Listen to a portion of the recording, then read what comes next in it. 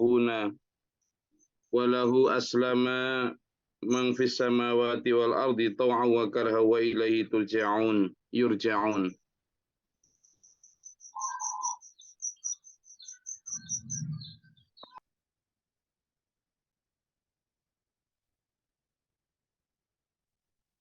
Karena ketika diterangkan di atas ya tentang kemarin kita bahas tentang mitsaqon ghalidha, sebuah ikatan atau perjanjian yang agung, yang besar antara para nabi dengan Allah, antara Allah dengan para utusannya. Jadi pada saat sumpah jabatan istilahnya, para rasul itu sebelum diturunkan ke bumi, itu semuanya mengatakan dijanji oleh Allah.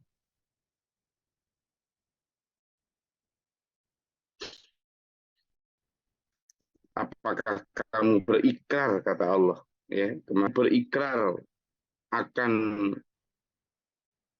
membenarkan aqrartum, kamu akan membenarkan nabi setelah engkau, dan kamu akan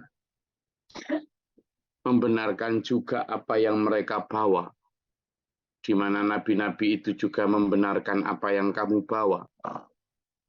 Intinya kitab dan syariatnya itu.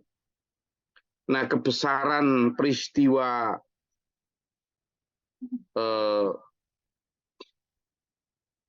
prosesi sumpah jabatan para nabi, para rasul itu mestinya membuat orang yang masih tidak percaya dengan kebenaran Islam itu segera sadar. Mestinya begitu. Apa? Karena ya Islam tidak menafikan kebenaran ajaran agama sebelumnya gitu. Islam tetap memberikan ruang bahwa agama-agama sebelumnya itu ada sisi-sisi benarnya. Islam tidak kemudian menganggap Islam paling benar tanpa memberi ruang kepada agama lain untuk benar. Tidak kok. Islam tetap mengatakan, ya memang Taurat itu kitab yang diturunkan Allah. Ya, Musa itu seorang prophet, seorang nabi. Ya, Isa itu juga seorang yang sangat mulia, suci, dan juga diberikan kitab. Ya, Injil memang kitab yang berasal dari firman Allah. Loh gitulah. Islam itu begitu. Tapi Islam juga secara berani dan ikhlas apa adanya, ya, tanpa tedeng aling-aling menyatakan bahwa tapi ada beberapa bagian yang telah diselewengkan, terutama tentang ketauhidan. Dan tidak hanya dengan memberikan dalil firman Allah, tetapi juga dengan logika kebenaran. Masa sih Allah beranak pinak? Gitu. Masa sih kalau memang beranak kemudian anaknya jadi Tuhan, kok anaknya mati? Gitu misalnya. Dan seterusnya. Nah, hal-hal itu harusnya sudah membuat kamu itu tidak perlu tawalla, tidak berpaling. Maka dalam ayat 83 ini, afa ghairu dinillahi yabghuna. Apakah kamu masih mencari-cari agama lain selain agama Allah? Bentar dulu ya. Kita kasih garis bawah terhadap dinillah. Terhadap dinillah. Sejak kemarin kita banyak menemukan agama Islam diganti kalimatnya dengan dinillah. Apa itu? Agama Allah. Ya, agama Allah. Bahkan di dalam surat An-Nasr, ayat yang sangat terkenal tentang kemenangan agama Islam, ya, kemenangan agama Islam, itu juga memakai kalimat dinillah, agama Allah. Dan dalam banyak ayat yang lain. Nah, di ayat ini juga sama. Allah memakai agama Allah, dinillah. Ya, pakai agama Allah. Kenapa? Karena Islam menyadari Islam itu bahasa Arab yang mungkin dalam bahasa Kipti, dalam bahasa Ibrani, atau dalam bahasa Zabur yang kurang tahu kita pakai bahasa apa, mungkin Kipti juga atau Ibrani juga, itu tidaklah beda dalam hal ketauhidan, tetapi mungkin beda dalam hal bahasa saja, cara menamakan agama mereka, gitu ya. Tetapi para nabi, para rasul dulu tetap sama agamanya adalah agama yang berserah diri. Makanya di sini walahu aslama, dan kepadanya lah kami Islam. Tapi di sini diartikan sebagai apa? Sebagai apa? Serah diri. Dan kepada Allah lah kami berserah diri. Tentu para nabi dahulu mengajak umatnya untuk berserah diri kepada Allah, tidak kepada Tuhan yang lain. Tentu para nabi sebelum Nabi Muhammad SAW juga mengajak umatnya untuk tunduk patuh kepada Tuhan semesta alam, Allah. Nah, berarti kalau tunduk patuh, itulah Islam, gitu loh maksudnya. Yang dalam bahasa Arab, Islam. Yang nggak tahu, dulu dalam bahasa agama-agama sebelum Islam itu, karena seperti yang saya semakin sampaikan bahwa sangat mungkin dan hampir pasti ya, di setiap bagian wilayah bumi ini Allah pernah menurunkan rasulnya untuk menyampaikan risalah kebenaran. Ya pastilah di Jepang sana ya pasti pernah diturunkan seorang nabi. Di Meksiko sana, di Guatemala sana, di Afrika Barat, Kongo, Mali, Ghana sana, ya tentu nabinya ya berkulit hitam. Jangan dibayangkan nabi itu hanya berkulit atau berhidung mancung Arab. Jangan, itu membatasi Allah itu. Berarti kemarin sudah kita bahas tentang kata Allah, lam naksus. Kami belum menceritakan, kata. Satu di antaranya, beberapa di antaranya, naksus alaika. Kami sudah kisahkan kepada kamu, tapi wa minhum lam naksus alaika. Kami sebagian tidak kami ceritakan kepada kamu. Nah, ini kan yang tidak diceritakan ini wallahu a'lam, dan saya sangat yakin ya termasuk di belantara Indonesia sini. Dulu mungkin wallahu a'lam ya pernah diturunkan nabi, pernah diturunkan rasul dengan syariat ya tentu saja syariatnya berbeda. Syariat itu hanya perangkat bagaimana cara menyembah. Dan Allah ya sah-sah saja kalau dulu cara menyembahnya tidak dengan seperti ini. Wallahu a'lam ya. Artinya apa? Yang sama itu adalah ketunduk patuhannya. Makanya di sini yang dipakai bahasanya adalah dinillah, agamanya Allah. Entah itu diturunkan dalam syariat seperti apa, entah diturunkan dalam bahasa seperti apa, itu urusannya Allah dan sah-sah saja. Tetapi ini yang perlu digarisbawahi ya. Tetapi yang seperti kemarin dalam ikrar, setiap agama selanjutnya itu adalah menyempurnakan agama sebelumnya. Maka kalau memang agama-agama sebelumnya itu taat tunduk patuh kepada Allah Tuhannya, tentu mereka umat itu juga tunduk patuh terhadap keputusan Allah atau Tuhan untuk mengirimkan syariat perubahan baru. Maka harusnya yang mengikuti syariat yang dibawa oleh Nabi selanjutnya. Ya emang itu. Umatnya Nabi Syu'aib yang membawa syariat tertentu, ya tentu harus mengikuti syariat yang dibawa Nabi Musa. Kan gitu. Jangan kemudian lalu berpegang teguh, saya umatnya Nabi Syuaib, ya sini pasti benar. Nggak boleh gitu. Itu Allah sudah mengirimkan seorang kurir, seorang rasul untuk membawa eskep, surat keputusan, revisi. Kan gitu itu. Demikian pula Nabi Musa begitu punya umat, entah dulu manggilnya Allah itu entah Yahweh atau apapun, tapi satu tetap Allah yang Maha Esa.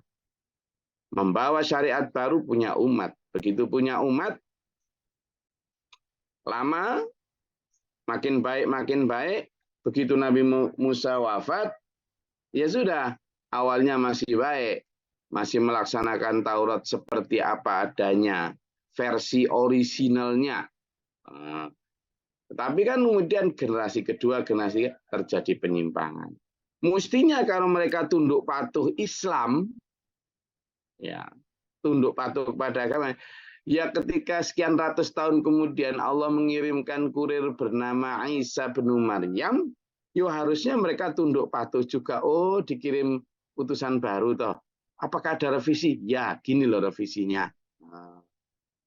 Kan gitu. Ya taat. Kemudian mengikuti syariatnya Nabi Isa. Nabi Isa pun kemudian punya umat, walaupun awalnya didustakan, lama-lama Nabi Isa dirofa, para murid yang 12 ini menyebarkan agama yang asli, tapi kemudian generasi kedua, generasi ketiga, ratusan tahun kemudian rusak, penyimpangan-penyimpangan.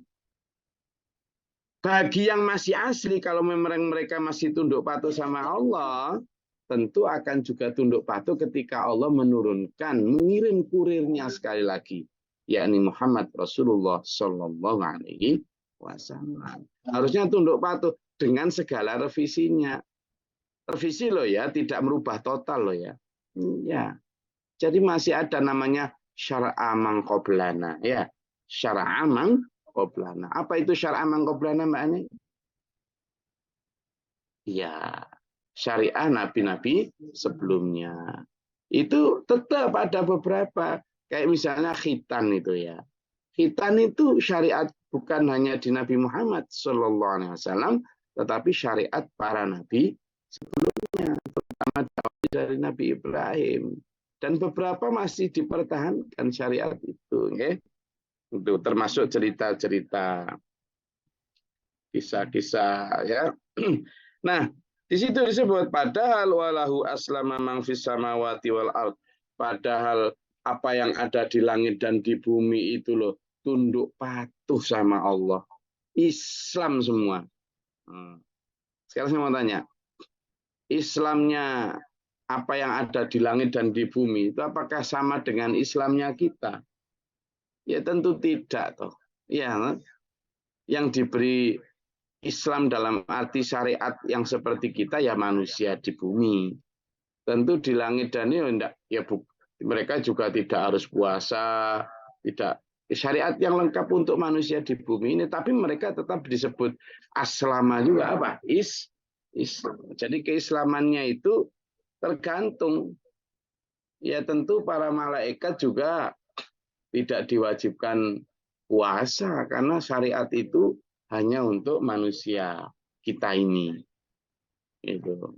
Jadi malaikat juga tidak diberi kebutuhan untuk nikah dan sebagainya toh, sehingga tidak terkena hukuman itu. Juga tidak ada hukum waris untuk mereka karena mereka tidak berurusan dengan harta. Jadi tunduk patuh apa yang ada di langit dan di bumi. Tau'an wa karhan, baik dengan suka maupun dengan terpaksa. Wa ilaihi yurja'un, dan hanya kepada Allah lah semua mereka akan dikembalikan.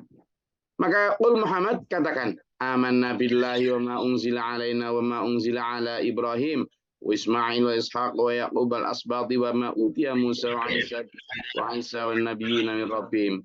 Nah, ini yang tadi saya terangkan tadi ya. Jadi Muhammad katakan, aku beriman kepada apa yang aku bawa, Quran ini. Tapi untuk real, fair, aku juga beriman kok kepada apa yang diturunkan Allah pada Nabi Ibrahim, Nabi Ismail, Nabi Ishak, Nabi Yakub dan keturunannya Yakub siapa? Ya Yusuf dan seterusnya. Wa utia Musa dan yang diturunkan kepada Nabi Musa, Nabi Isa dan para nabi yang diutus oleh Tuhan mereka. Ya. Nah itu ya Tuhan mereka. Siapa? Ya Allah. Cuma kenapa disebut Rabbihim? Ya karena mungkin mereka nyebutnya itu tidak dengan bahasa Arab Allah, tapi dengan bahasa mereka. Tapi yang dimaksud adalah Allah.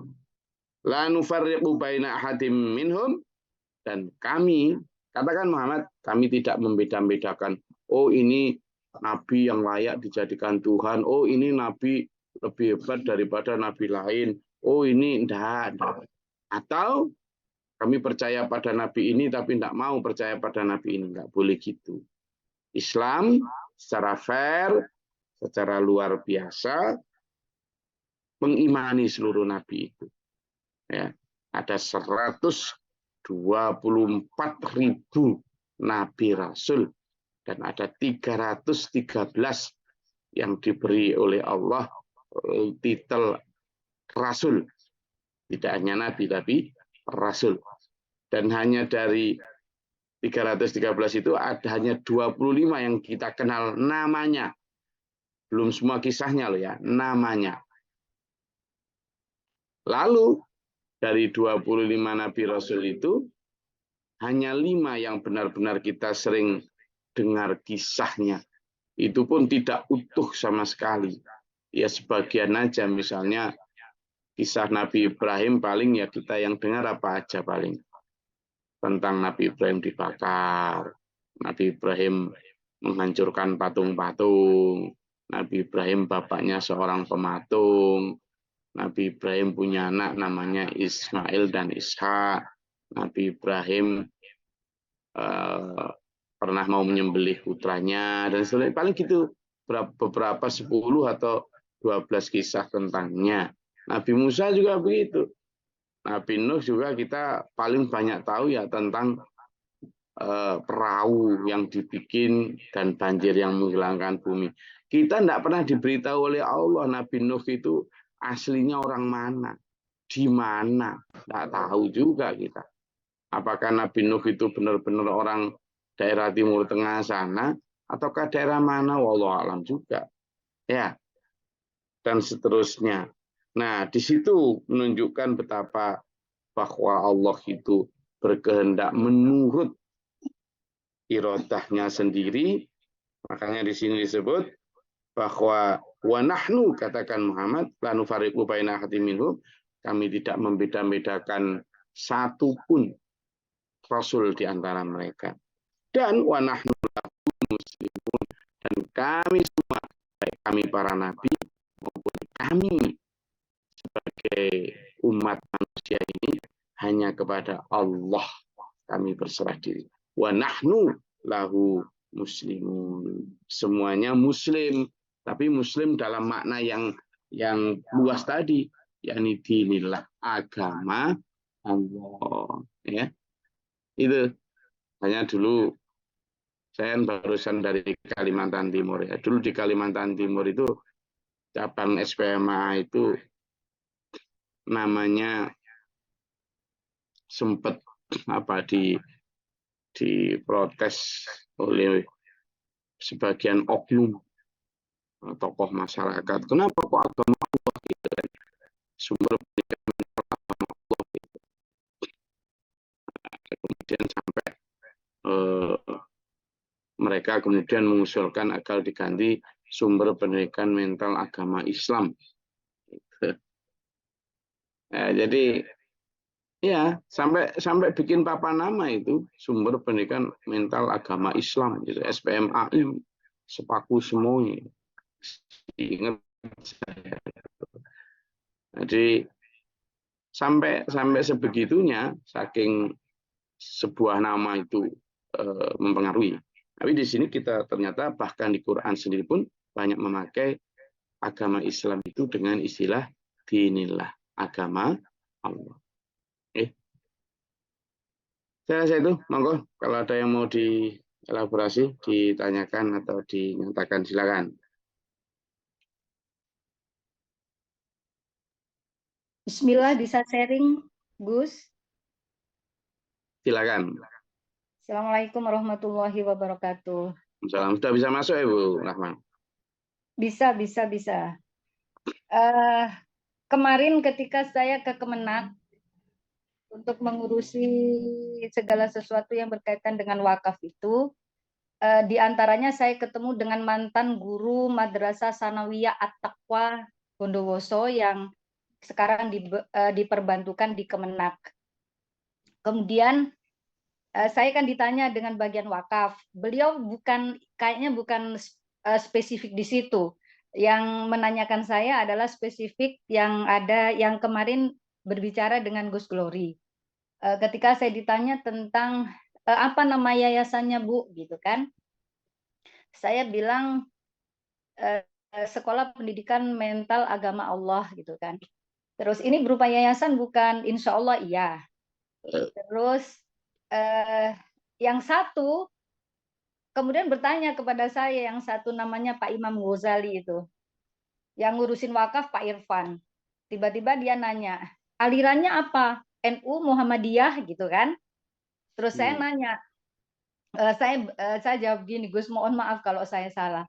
Eh, Tidak Muhammadiyah, tidak NU. Sudah jelas di nama yayasannya bahwa sumber pendidikan mental agama Allah. Jadi sumber ininya berporosnya pada Al-Quran dan hadis. Terus beliau bilang yang Pak Imam Ghazali, nggak bisa, kan ada NU, di Indonesia ada NU Muhammadiyah dan lain sebagainya.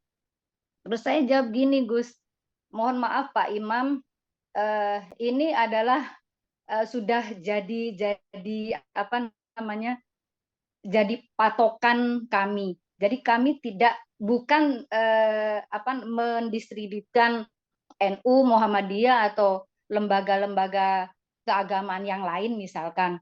Tetapi kami hanya berporos kepada Quran dan hadis. Kalau menurut saya pribadi, karena saya ini murid, mohon maaf kalau saya salah, Gus. Eh, yang namanya Muhammadiyah, yang namanya NU, yang namanya Persis, atau apapun LDII, apa-apa segala macam yang tadi Bapak sebut, bukankah itu suatu nggak tahulah LSM atau apa yang berkaitan dengan agama, tapi mereka punya kepentingan, nah, saya gitu.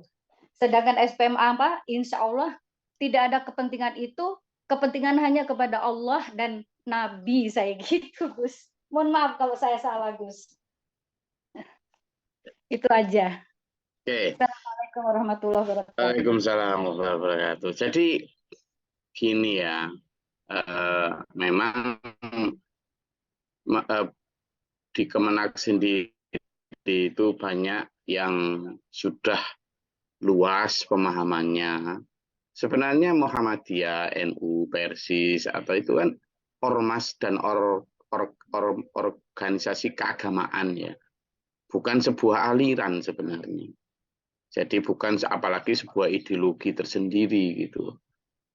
Ya memang sekarang itu di Kemenak sendiri itu ada kecenderungan bahwa sebuah organisasi itu harus selalu berada di bawah payung satu di antara organisasi besar di Indonesia. Itu memang sekarang itu ada edaran dari Kemenak gitu, misalnya organisasi agama tertentu gitu, terutama kalau pendaftaran TPQ atau apa, itu harus berada di bawah naungan organisasi tertentu tersebut yang besar-besar kayak misalnya Persis, Hidayatullah, kemudian NU, Muhammadiyah, LDII, yang besar-besar itulah.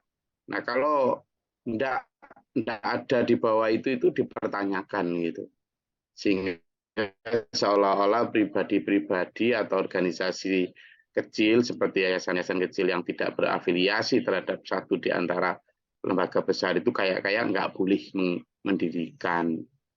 Ya itu sebenarnya lebih diawali dari kecurigaan terhadap ormas-ormas yang tidak jelas, yang dicurigai teroris dan lain sebagainya, nanti mengajarkan ajaran radikal dan lain sebagainya. Awalnya begitu. Sehingga kemudian ada semacam pengandangan terhadap satu di antara organisasi besar. Itu sih sebenarnya sah-sah saja ya, sebagai pengambil atau pembuat kebijakan untuk mengarahkan ke sana. Ya, monggo-monggo saja. Nah, sementara SPMA sendiri ini sebagai kita kayak di Bali maupun di SPMA di Mabes ya, itu kita terdaftar sebagai ormas maupun sebagai orsos ya. Kalau ormas itu organisasi massa yang memiliki jamaah atau anggota. Kalau orsos itu kan organisasi sosial yang memang organisasi yang bergerak di bidang sosial, dan itu izinnya beda-beda itu. Kayak di Bali sendiri juga begitu. Ketika di orsos itu ya izinnya ya kepada yang memberikan rekomendasi adalah dinas sosial, bahwa ini adalah memang organisasi sosial yang berhak untuk menyelenggarakan kegiatan-kegiatan sosial seperti panti asuhan, panti werda, kemudian bakti sosial, tanggap bencana, dan sebagainya. Sementara kalau organisasi massa atau ormas, itu berarti organisasi ini memang memiliki anggota, memiliki jamaah yang jelas dengan struktur dari pusat sampai cabang gitu. Nah, itu nanti pendaftaran atau yang memberikan sertifikat rekomendasi itu adalah dari Kesbangpol atau Kantor Kesatuan Kebangsaan dan Politik yang dulunya itu Sospol. Nah, SPMA punya itu, sehingga SPMA ya harus mewadahi semua. Nggak mungkin SPMA ngarah kepada satu, karena SPMA bukan hanya organisasi keagamaan. Kalau organisasi keagamaan mungkin bisa ngikut kepada satu di antara aliran. Tapi kalau SPMA itu sebuah organisasi yang sifatnya bergerak di bidang sodikling, sosial, pendidikan, dan lingkungan hidup, SPMA tidak membawa bendera tertentu memang. Makanya Pak Guru Mohtar kalau ditanya apakah alirannya Pak Guru, nah itu bicaranya tentang keagamaan. Maka Pak Guru juga secara diplomatis menjawabnya, bibirku NU, mataku Muhammadiyah, telingaku LDII, hidungku Hidayatullah, pundakku adalah Persis, kakiku Jamaah Tabligh, ini yang kiri Torekot Wahidiyah, Naksobandiyah, Uluwiyah, Satariyah, Syekh Abdul Qadir Jalani, dan semuanya ditunjuk sama ini gitu. Dan semuanya itu adalah dulur-dulur, atau semuanya itu adalah saya ajak untuk tunduk patuh Islam pada Allah. Aku selalu menjawab begitu gitu. Jadi kenapa? Karena amaliyah dulur-dulur Muhammadiyah kita juga banyak mengamalkan, amaliyah dulur-dulur NU kita juga banyak mengamalkan, amaliyah dulur-dulur LDI sebagian kita juga sama, amaliyah dulur-dulur Persis kita juga banyak ada kesamaan, amaliyah dulur-dulur Hidayatullah, Torekot yang wirid-wirid gitu juga kita banyak kesamaan. Nah, ternyata ya benar, kita memang selalu mendasarkan diri kepada Al-Quran dan hadis tadi, dan juga tidak meninggalkan kitab-kitab loh ya, mulai dari kitab-kitab seperti Riyadhus Shalihin, Durratun Nasihin, dan seterusnya, kita tetap pakai juga. Jadi intinya adalah bagaimana kita memaknai itu tidak secara sempit, apalagi kalau makanya agama Allah itu untuk tetap dengan dalil yang kuat sebagai sebuah nama, ya, sebagai sebuah nama. Jadi bukan sebagai sebuah ideologi aliran baru. Enggak ada. SPMA enggak membawa aliran baru. SPMA ya hanya menyampaikan seperti yang sudah sekian belas tahun sampean ikut ngaji ini. Enggak ada sama diajak kepada aliran baru. Kalaupun sering saya mengatakan kepada dulur-dulur untuk, jadi di SPMA kita diajarin misalnya begitu. Ya di lembaga ini, di organisasi ini, di pesantren inilah tepatnya begitu ya. Makanya di Mabes itu, di SPMA Pusat itu akte notarisnya itu Yayasan Pondok Pesantren Sumber Pendidikan mental agama Allah. Jadi bukan sekolah ya Bu Rahman, sumber. Jadi sumber pendidikan mental agama Allah. Dan Siap, itu Gus. yang tercatat di Akta Notaris dan di SK Kemenkumham itu ya yayasan pondok pesantren, ada pondok pesantrennya loh ya.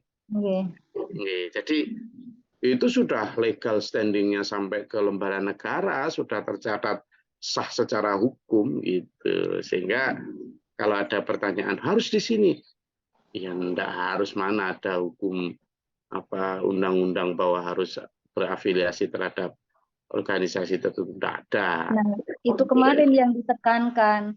Ya harus tahu sanatnya kemana, bermuaranya kemana. Gitu. Makanya saya kadang kalau urusan wakaf itu agak ribet, itu malesnya begitu ya, karena apa ya, di mata Allah itu kan ketika misalnya Bu Rahma wakaf kepada, bahkan wakaf itu kan bisa kepada 2 atau 3 orang yang bercerita untuk menjadi nazir. Tidak, di zaman dulu, di zaman Rasulullah ya, yang pada yang dipimpinnya, pada pemimpinnya itu gurunya, saya mewakafkan ini, itu sudah diterima itu. Lah sekarang administrasinya harus ribet nggak karuan gitu. Karena ketika Bu Rahma misalnya wakaf di hadapan Pak Haji Sutrisno sebagai gurunya, Pak Tris, Pak Yai, saya mewakafkan ini. Nah Pak Tris ini mengampu sebuah pesantren atau sebuah langgar saja loh, itu sudah bisa. Di mata Allah ya sudah dicatat wakaf. Ya persoalan di mata manusia ada harus PPAIW, ada ini, ada itu, ribet, apalagi sekarang disyaratkan harus ikut aliran tertentu. Ada, mau wakaf kok dipersulit. Kan gitu jadi. Sehingga di mata Allah itu sampean mau pakai sistem jual beli, sampean mau pakai sistem administrasinya loh ya, mau pakai hibah, mau pakai apa, di hadapan Allah tuh enggak ngaruh gitu. Kan gitu, karena saking ribetnya itu. Sehingga menurut saya ya kalau memang harus dipaksa untuk itu ya enggak bisa, kami enggak boleh dipaksa-paksa begitu. Karena apa yang seperti tadi Pak Guru Mokhtar sampaikan bahwa kami mengakomodir semua. Makanya kayak di beberapa cabang kami itu kan kayak di Tabanan itu kan ya mixing itu. Itu Pak Warso itu NU, Pak Jo itu dulu Muhammadiyah. Ya kan, ya Pak Budi itu dedengkotnya Muhammadiyah juga. Itu lalu ada Pak Maman, Pak itu Persis itu nggak tahu Pak Yayan ini dulu apa? Persis atau Persis itu. Ya, Pak Budi ini ketua Muhammadiyah, Gus. Nah, apalagi saya persis seperti yang diutarakan Gus. Ya, itu Pak Yayan dengan sangat menggelora, mengakui Persis dengan gelora yang menggelora, dia mengakui Persis, ya kan? Jadi santai aja, masa gitu dibikin tegang buang sih? Ya harus. Bukan Persis Gus. Apa? Persis Gus. Oh Persis, ya Persis. betul. Ya. Nah, Mas Adi apa Mas Adi ini? Mas Adi, kemana apa Mas Adi? Yang baru pulang haji ini. Zaman di sana ditanyain sama Gusti Allah nggak zaman itu? Labbaik Allahumma labbaik. Lalu ditanya sama, kamu apa? Harus ini. NU Muhammadiyah Persis Hidayatul apa? Nggak ditanya itu nggak? Mau macem-macem Gus. India wonten. Sampai nanti loh di kubur itu nggak ditanya tentang man atau ma ormasmu, enggak. Ma ormaska, enggak ada. Terus niku solusinya terus putih Gus.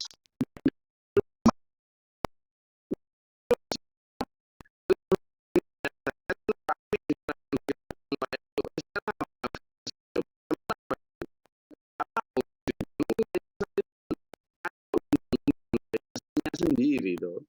Undang-undang yayasan itu ada dan di sana tidak ada mewajibkan untuk bisa berafiliasi terhadap organisasi tertentu, tidak ada tuh. Jadi monggo kita tetap jalan saja. Kalau memang melalui sistem administrasi itu ribet ya kita pakai sistem administrasi yang berbeda gitu aja. Yang simpel aja lah. Jadi kalau Mas Adi mau wakaf lapangan terbang gitu, terus kemudian kok dipersulit, sembuhlah sekarang administrasinya gimana biar segera berpindah tangan kepada yang dipercayai gitu aja. Kita kan sebenarnya lebih kepada trust kepada orang per orang tuh.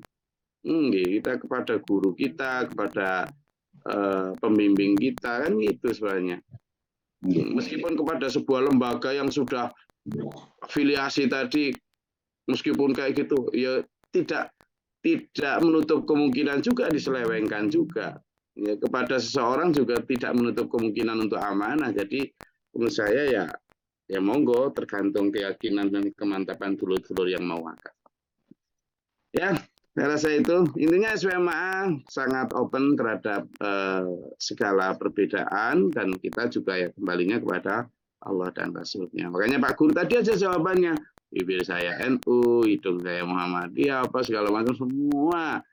Ini karena apa? Karena kita takbiratul ihram juga kadang pakai Allah Akbar kabir alhamdulillah katsir dan seterusnya. Kita kadang juga pakai Allahumma ba'id baini wa baina khataayakum wa maghrib dan seterusnya. Kadang subhanarabbiyal a'la wa bihamdi, kadang subhanakallahumma rabbana hamdika Allahumma fili. Kadang kita juga kunut jika dibutuhkan pada saat nazilah. Kita kadang juga enggak kunut pada saat kondisi normal. Jadi tadi subuh saya kunut, kemarin pada saat perjalanan karena sangat genting banyak ya saya kunut. Pada saat kan nanti normal santai ya kita enggak kunut gitu aja. Jadi karena Nabi Muhammad melaksanakan itu, jadi enggak usah terlalu kok. Saya rasa itu ya santai aja pagi-pagi. Ya Bu Rahma gitu, Bu Rahma, nanti kita diskusikan lagi itu tentang administrasi. Kalau ribet-ribet nanti tak panggil kan nanti. Mungkin kalau ribet-ribet nanti ini aja kayak sistem jual beli gitu aja. Ya nanti kita siasatilah kalau gitu. Ya.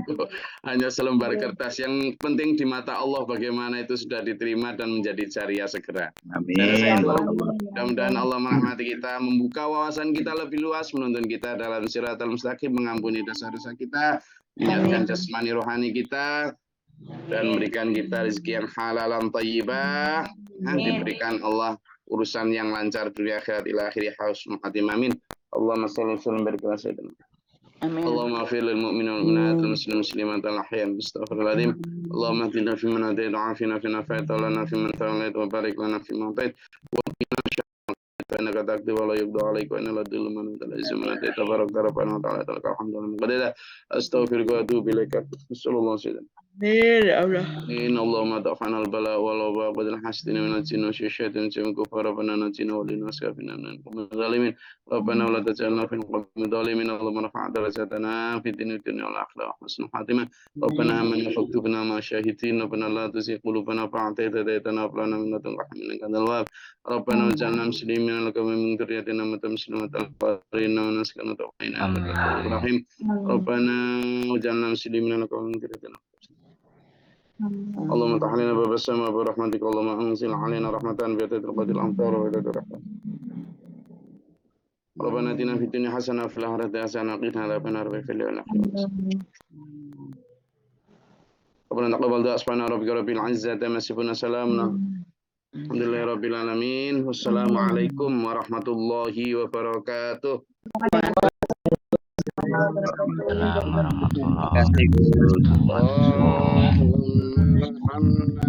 Bil Quran waj'alhu lana imamam wa